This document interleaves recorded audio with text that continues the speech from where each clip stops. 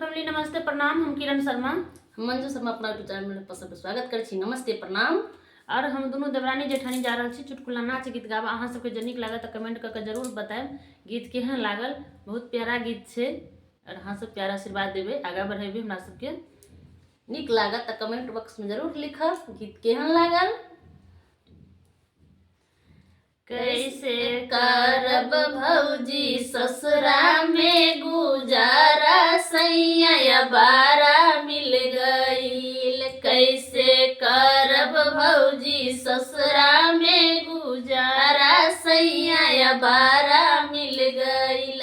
बारा मिल गईल भौजी, बारा मिल गईल। बारा मिल गईल भौजी, बारा मिल गईल। कोना करब ससुरा में गुजारा, सैया बारा मिल गईल। कोना करब ससुरा में गुजारा, सैया बारा मिल गईल। नहीं क्यों न का खेत घरारी, नहीं बिजनेस व्यापारी। नहीं क्यों न का खेत घरारी, नहीं बिजनेस व्यापारी। करे पूरा दिल चौक पर फूटानी, सैया बारा भूल गईल। करे पूरा दिल चौक पर फूटानी, सैया बारा मिल गईल। बारा मिल गईल भौजी, बारा मिल गईल।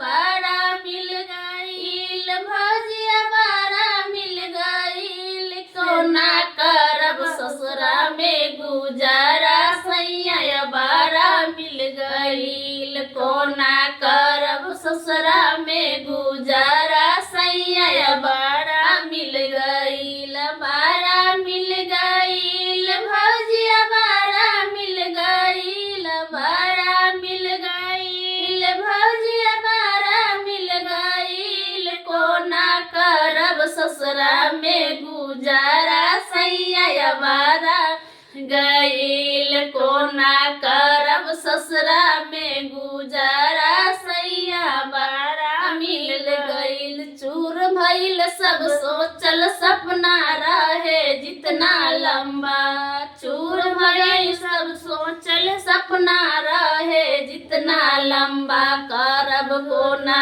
गुदरी में गुजारा, सैया बारा मिल गईल। करब कोना झोपड़ी में गुजारा, सैया बारा मिल गईल। बारा मिल गईल भौजी, बारा मिल गईल। बारा मिल गईल भौजी, बारा मिल गईल। करब कोना झोपड़ी में गुजारा, सैया बारा मिल गईल। करब कोना झोपड़ी में गुजारा, सैया बारा मिल गईल। बारा मिल गईल भौजी, बारा मिल गईल। बारा मिल गईल भौजी, बारा मिल गईल। रहे उनका कुछो के न ठिकाना, सैया बारा मिल गईल। रहे उनका कुछो के न ठिकाना, सैया बारा मिल गईल। बारा मिल गईल भौजी, बारा मिल गईल। करब कोना ससुरा में गुजारा, सैया बारा